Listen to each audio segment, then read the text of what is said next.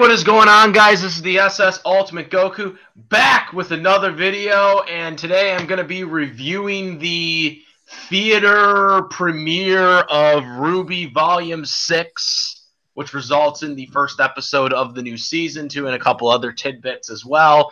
And I'm going to be, once again, joining with me is going to be Richard Kenobi to talk to me, or we're going to talk together about this theater premiere because it was pretty good, and this is I believe your first time doing it. I did go see the one last year, but this one was a little slightly different from the one from the previous year. So what's going on, Richard Kenobi?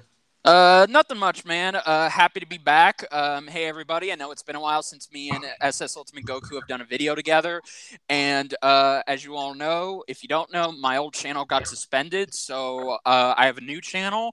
But yeah, no, I'm definitely happy to be back talking about RWBY. And yes, this was my first time seeing the premiere of a RWBY episode. I did not attend the Volume 5 premiere, but this year I had to. Like, I was curious to see how they would start this off.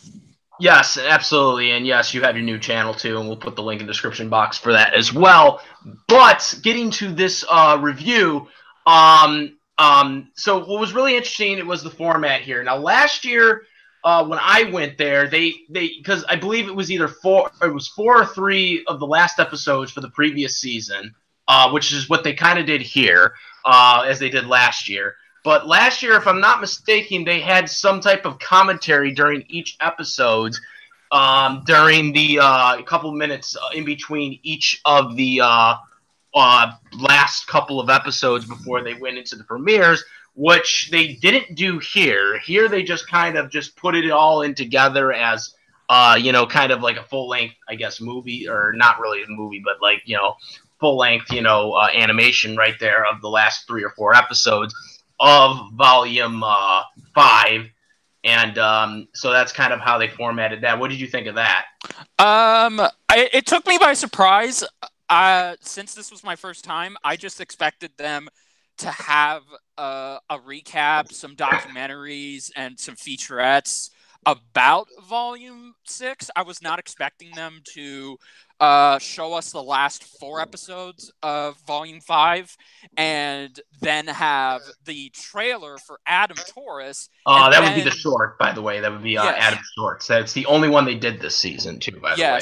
Yes, you are correct. And then give us a 15 to 20 minute feature talking about season 6 and how everything has improved and how they're looking forward to seeing the fans' reactions to this. So the format was interesting. Again, I understand they had to pad it out because they couldn't just show the episode. They definitely had to get some hype around it. I thought it was fine. It took me a while to adjust. It even got frustrating in some parts, but after you told me that it was actually longer last year, it actually makes me very happy that they shortened it this year. Yes, absolutely. And I would have liked to have seen a little commentary from, because last year they kind of explained how certain scenes worked and like certain, like, this is why they did this and this is why they did that, for animations. But it definitely made it much easier doing it this way, I guess, too, in a way. But I would have liked to have seen them talk about some certain scenes as well. But yeah, overall, I thought the presentation was okay too. Yeah, no, me too. I can definitely agree. I'm a behind-the-scenes buff myself, so I definitely wouldn't have minded it. But given on how this is RWBY we're talking about, I don't know if fans would have had the patience for it. So I think we should just count ourselves lucky that they didn't. But either way, yeah, no. The presentation was fine. It just took me a while to get into it. Especially since I had to sit through the last 4 episodes of Volume 5, which wasn't my personal favorite volume. But other than that, I'm very happy with it overall, and it definitely created some good hype to the premiere. Oh, definitely. It was definitely. One thing I will say, the highlight of like any of the animators and all the people that were talking was they kind of just explained how they wanted to make it better and they wanted to make different stories, and they also talked about some of the new people that are in now. They got new animators in there, which is really good.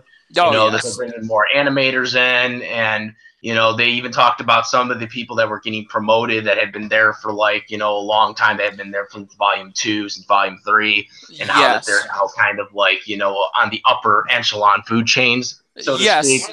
Oh, yeah, I completely agree with you. As I said, I'm a huge behind-the-scenes buff. I love watching the behind-the-scenes of a live-action movie, an animated show, animated movie. So with RWBY, I definitely have always wanted to know the behind-the-scenes secrets of how they do everything. And this definitely got me interested. I'm happy they actually got older people from Volume 1 to 3 promoted. And now, as you said, they're up on the higher chain.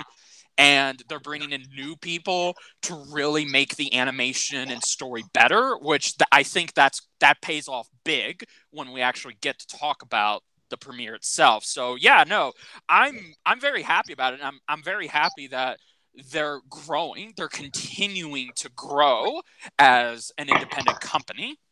Yes, absolutely. And for anyone who doesn't know, by the way, too, in a couple weeks when this does come out for free users, this will be exclusive to roosterteeth.com. I should put that in there too for anybody who did not get to see this theater. But then again, if you're watching this now and you haven't watched the movie, then you're probably going to want to click out of this too, because we're about to talk about the spoilers of this first episode of the new volume 6 too. So yes, so definitely click out now. The premiere does drop this upcoming Saturday, so for first members, but for non-members, it will be 2 weeks from now, which will be, or 2 Saturdays from now. I believe it will. I'm not mistaken. It will still be noon unless they say otherwise when it releases, but it won't be on YouTube. No. Rooster Teeth has made that very clear. They made a YouTube video actually talking about this.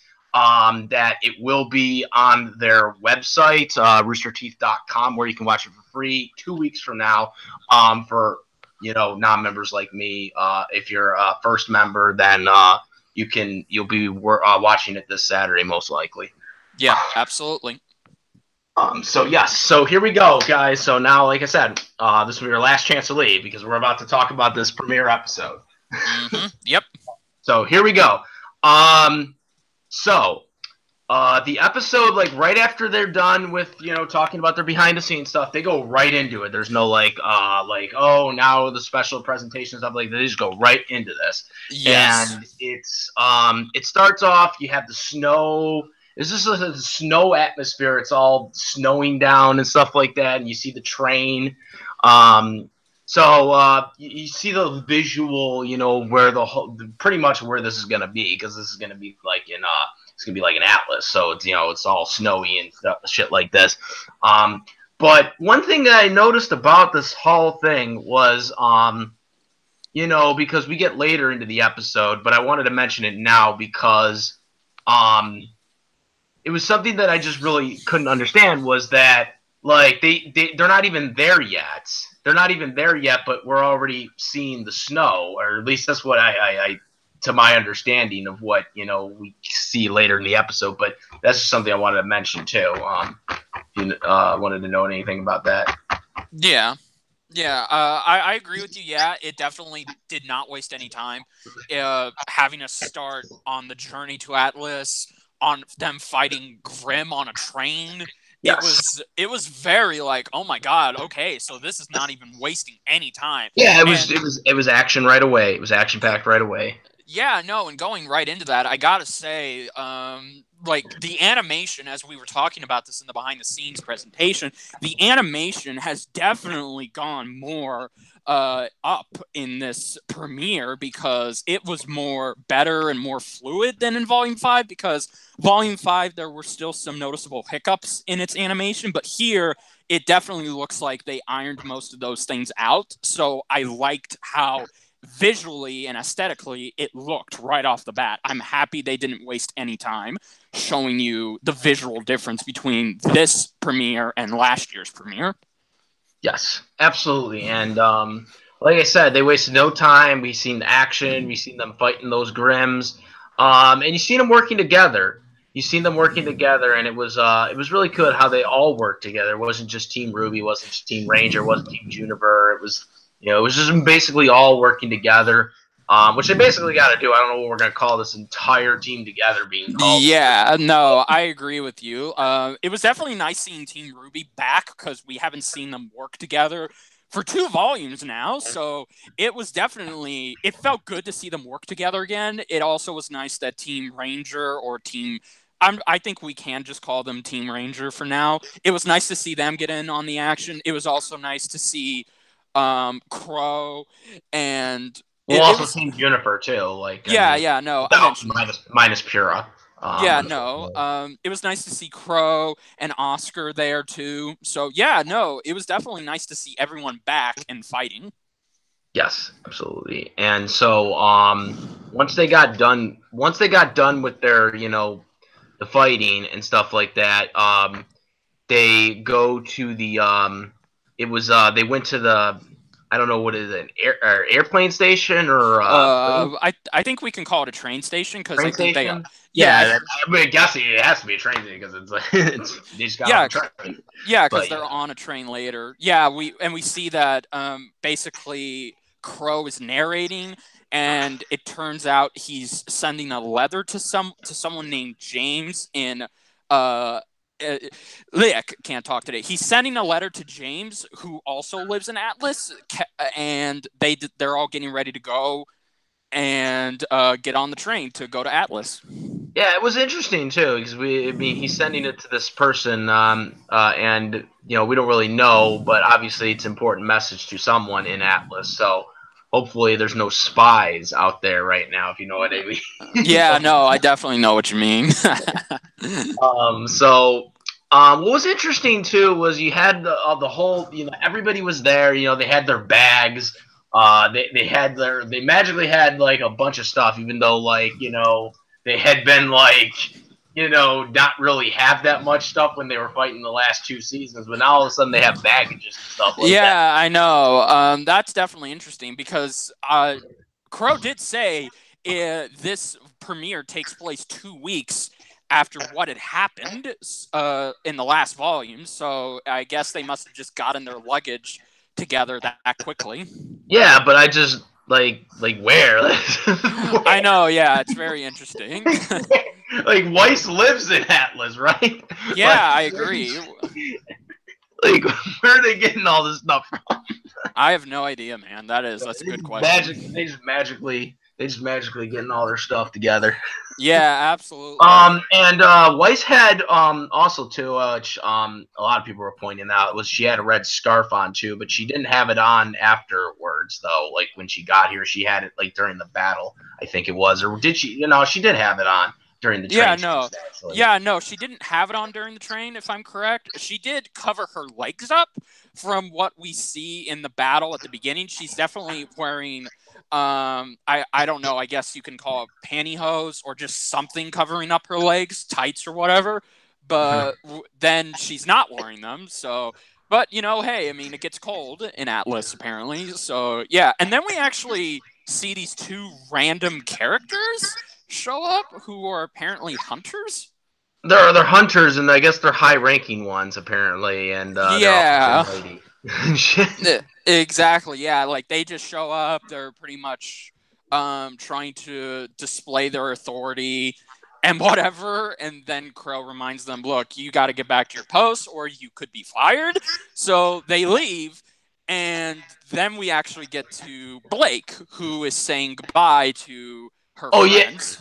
Yeah, she's saying goodbye, and this was the part, I believe Ilya comes first. Yeah, Ilya comes. Got a new outfit, and she's talking to Blake. She gives her a hug. Yes. And then after that, she asks, which is a pun, I guess, is like, "Where's Sun?" And then Sun just magically appears out of nowhere, and they just he's like, you're gonna forget about me and stuff. And he eventually tells that he wants to find his team and stuff like that. And also this is where Neptune appears. Yes. There was a big reaction I don't know if it was in your perspective. No, yeah, it was. My theater, my auditorians, my theater went completely crazy. They were shouting, "Hey, it's Neptune. Like, they were clapping. So Neptune got the biggest reaction in my audience as well. In my audience, too, he got the biggest pop. Yeah, So, exactly. I was actually happy to see him because, for those who remember, we haven't seen Neptune since Volume 3. since the fall of Beacon. Exactly, yeah. So everyone's literally been asking, what happened to Neptune? Like, what happened to everybody? Exactly, yeah. So I'm happy that Neptune is back, but I'm also a little disappointed he's only back for this one scene, and then we're probably never going to hear about him. Unless of course they show some of them doing whatever they're doing, like in wherever they're going, whatever town they're going to. Exactly, yeah. So we might see them, but we might not. So there's just that whole thing we got to worry about now. But what they do after that is Neptune basically, asks, "Oh, is it that's Ilya?" And then he basically, goes over there and I guess tries to hit on Ilya because, that's what Neptune, he's like a ladies' man. So, like, yeah. I don't know if that's going to work exactly for him. But, so yeah, so that happens. And after that, we get this really good scene at the end with, or not really end, but like, at the end of the scene, we get like Sun, is talking to Blake, and Blake's, all kind of like, she's holding her one arm, and that's kind of one of those type of signs where a character really cares for someone.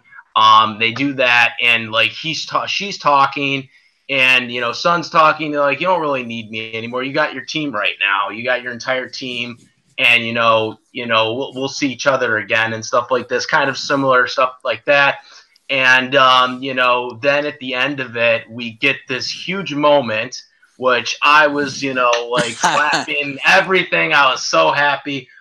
Blake basically kisses Sun Wukong, like, and it was on the cheek, but. The way she did it, though, in the content she did it, kind of shows that she, like, loves, Sun. And we've seen this throughout the whole, like, show, since Sun was introduced, Blake blushed at Sun right from the beginning. Yeah. We've seen different moments, even in last season, we've seen certain stuff that was going on. And that kiss was like a sign right there. And I was like, it's canon. It's canon. I was like, calling it right there. What did you think of that? What I thought of that, because that's what everybody's been wanting to know. My thoughts, too. As somebody who, I wouldn't say I'm heavily involved with the shipping that goes on in the RWBY community. However, I can definitely see potential in a ship. So seeing Blake give Sun a kiss on the cheek, which I know some people will bring up, well, that's just the platonic thing to do, because for those of you who don't know, if you don't have friends who are girls, basically they will give you a kiss on the cheek. It's a peck. So it doesn't mean you're together. It doesn't mean you're in a relationship. It just means, that's their way of either thanking you or showing you how much they're going to miss you. So in the context of this, I can see a lot of people making both arguments that, okay, maybe it does mean that Blake and Sun will get together someday, or maybe it just means Blake really is going to miss Sun because that's how much he means to her. I really don't know. It would have been nice if we would have gotten full context behind that, instead of once again the writers just letting us decide on whether or not these characters will get together. But I didn't think that much of it, because it was very hard to, but I didn't mind it. I really didn't mind it. I did like seeing, I have definitely liked seeing Sun and Blake grow together, and Sun's involvement in Volume 4 and 5 with Blake, I think that really showed him as a good character. So I'm actually a little sad that he's now leaving and they're splitting up. So I really would have liked to see more of them and see what would have came out of this. Well, for now they're splitting up. Yes, for now, but yeah, I didn't mind it too much. Yeah, but I didn't mind it too much. Again, I understand Black Sun shippers want this to happen. So who knows? I mean, hopefully we'll get the answers soon. That's all I gotta say. If only it was on the lip, then we would know definitively. Yeah, I know. Again, that's classic RWBY writers trying to, playfully, subtly tell us something. So yeah, I agree with you on that. Yeah. So after that scene is over, then they get back to basically getting ready to go on the train. Right? Yeah. They were getting ready to go on the train, and I believe wasn't that the part where they start departing for the train after that, or Yeah, no. Before that, we do see them boarding the train. They're all in their quarters, and we see RWBY is playing a video game. Weiss is doing her own thing. I can't remember what she was doing. We see Yang is flipping through a book, and we see that Blake is just looking out. And then we actually get some interesting conversations between Blake and Yang. Like Yang's trying to get something, and Blake tells her she's let her help. And then Yang just tells her, look, things are going to take time to get back to normal, but she's just happy they're all together. So that's basically Yang telling because that was a huge conflict last volume where Yang didn't know if she was ready to forgive Blake. So now I assume this volume they're going to really focus on that. But I'm happy that they're at least telling us that Yang says things will take time to get back to normal, but she still is happy they're all together again. Yeah, absolutely. It was a good union that we had last season, and now that's what they're trying to start. Yeah. It's kind of a funny moment too, where they showed Weiss and RWBY in the background, like, yeah, exactly. That was very funny. And then we actually see Crow come in, and he's wanting to spend time with them, but then all of a sudden, boom, Grimm attacked the train. So again. That is where we get into the action sequence before. So that's pretty much what this was. This was setting up to the big train fight we saw in the beginning. Yeah, but this is the second one, so now they're attacking again. Yeah, pretty much. So it was an intense fight. Like they were like, but this time they had the two other guys too there, the two new guys. Yeah. So they're fighting, they're shooting with like their semblance, and you got everybody else doing different stuff, teaming up. Yeah, which is funny too, because one of those guys actually tries to take on the Grimm with this weird weapon. It looks like I can't remember the name of this specific weapon, but basically it has spikes on it, and it literally lights up with lightning apparently. And then the guy gets captured and flown away. So he's either dead or we're probably not going to know what happens to him in the next couple of episodes. So it's just this one guy with the gun.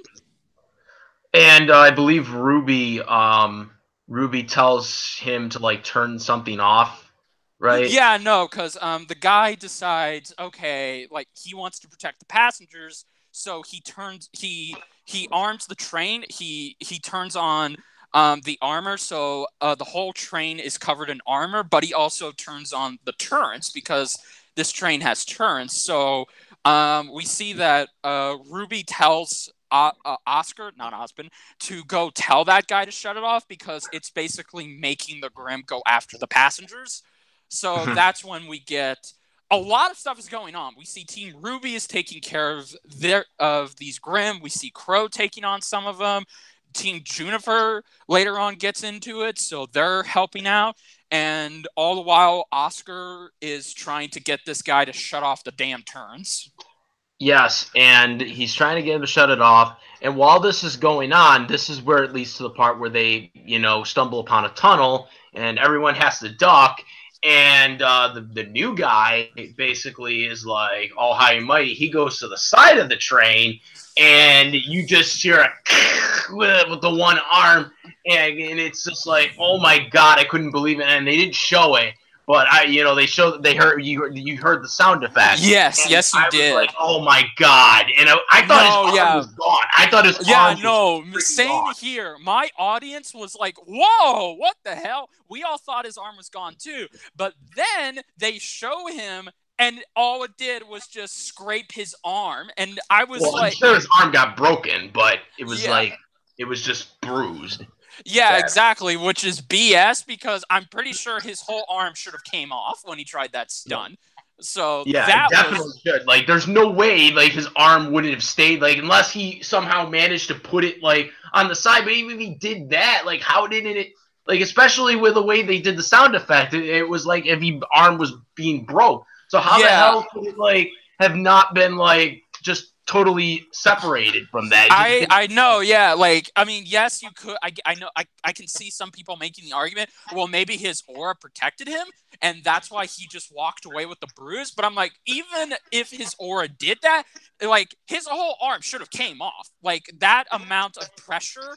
There's no way his aura could have protected him from getting his arm chopped off. Because again, you try jumping at a distance like that onto a train Not to car. mention not to mention we have to also take into account a train. Like an average train goes like what, like over 150 miles per hour, like Yes. probably more than that. But like that impact and pressure, like with the tunnel, that should have easily. I mean, we're just talking about like a real, a real life average train, crashing into a tunnel like that. Like, I don't know if these ones are special or anything compared to real life trains, but even if they aren't, like a regular real life train, you're like outside like that, and you're putting like where the tunnel is, and your arms like coming in there, like a freaking like a real person could die just from running. Well, actually, would die from just being run over by a train. Like, Yeah. you're telling me No. that an arm from that distance with the speed that it's going and it's out like that in the tunnel, it wouldn't come off like that? Like, Yeah, it just doesn't no. make I sense. mean, it doesn't. Yeah, I think it was the writers trying to really test our plausible deniability because like my audience literally said he should have gotten an arm chopped off. Like going that speed, jumping into the tunnel like that. Yeah, no. I mean, yes, he would have been alive in the context of the RWBY universe because of his aura, but his arm should have came clean off. So yeah, Like, I I kind of mean, find Yank's arm can get cut off by a sword, but a yeah, freaking running train. this dude's arm was able to withstand the pressure of a train going into a tunnel, and all he did was just get bruised. Like, wow, what a load of crap. Well, broken arm, but bruised, but it should have Yeah, been severed. So it should have, yeah. So yeah, but then after that, we see they're coming up with a plan, and while they're doing this, they tell him John to is turn it off. They tell him yeah, to turn it John off, and like then yeah. John heals him. Yeah, exactly. So after he turns it off, they all devise a plan. Basically, what their plan is that Ren will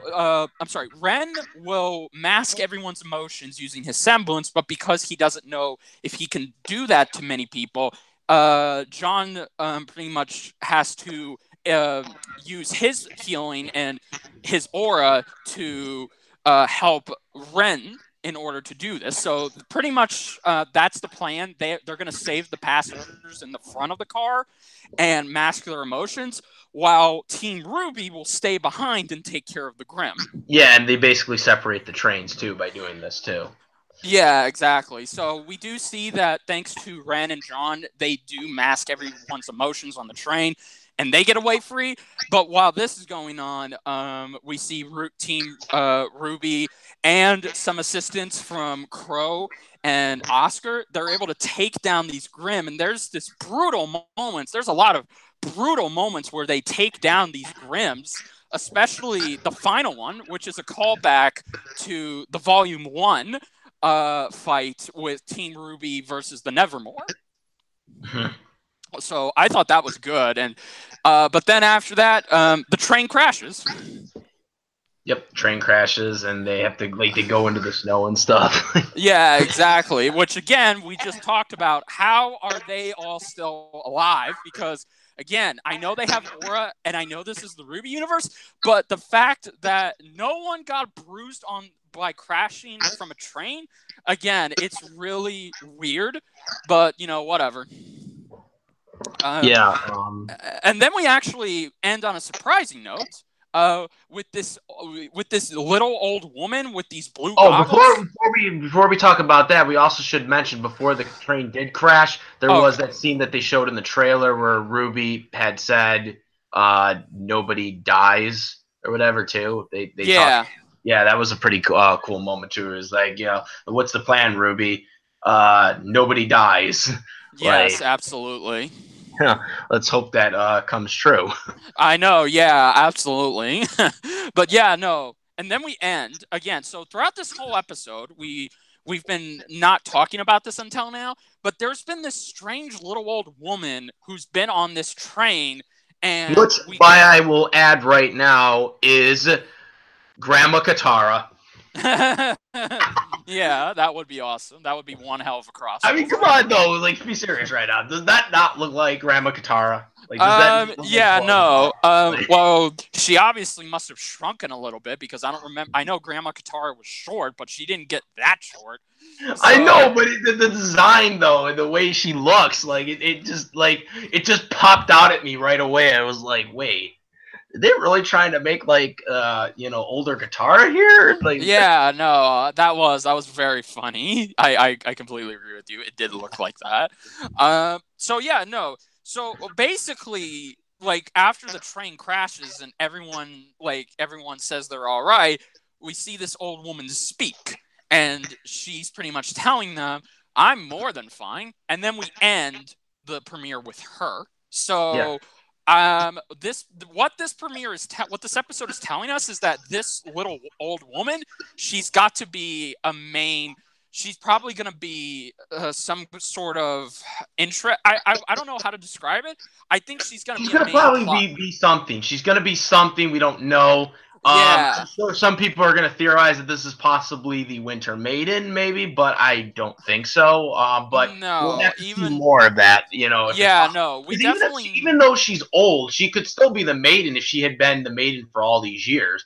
Yeah, no, it's possible, but we definitely know she's going to be important to the plot of this volume. Definitely next episode. So even if she is the Winter Maiden, which I know a lot of people will already be making that theory by the time this goes up and they see it, I'm with SS Ultimate Goku. Even if she is the Winter Maiden, like how the hell is she even still alive? Because based on what we know from the maidens, they don't stop aging. They don't become immortal or anything. So if this is the Winter Maiden, then they would have to explain, okay, how is she still alive, even though Yeah. she's old? Well, yeah. I mean, so that would be the issue. But there's a lot of things that could come out. I mean, she could be bait. I don't know. Like they baited me in on Vernal. So I mean, Yeah, no, I definitely look forward to seeing what's her deal in episode 2. yeah, definitely. I'm very curious to where they're going with her because she's got to be some type of, like you said, some premier character, something that involves the plot, whether it's that she's like maybe she was like an old soldier or the Winter Maiden. But like I said, I don't think that's it. But she's gonna be something. She's got to be something that's involved in all of this. So Yeah. there's gonna be something there, but we just don't know what it is because that's what we got to see from the watching it. But I still am convinced that was a guitar design. I'm just saying that right. Yeah, no, definitely. So, yeah, everyone, that's it. That was the RWBY Volume 6 premiere. And That's holy crap, like, I awesome. gotta say, like, just in my opinion alone, this is probably the best premiere we've had in a while because it's definitely better than Volume 5's premiere, in my opinion. I very much enjoyed it more than that premiere. I definitely think this was slightly better. I mean, I don't really hate Volume 5 like you do. I mean, I think 5 was pretty good, but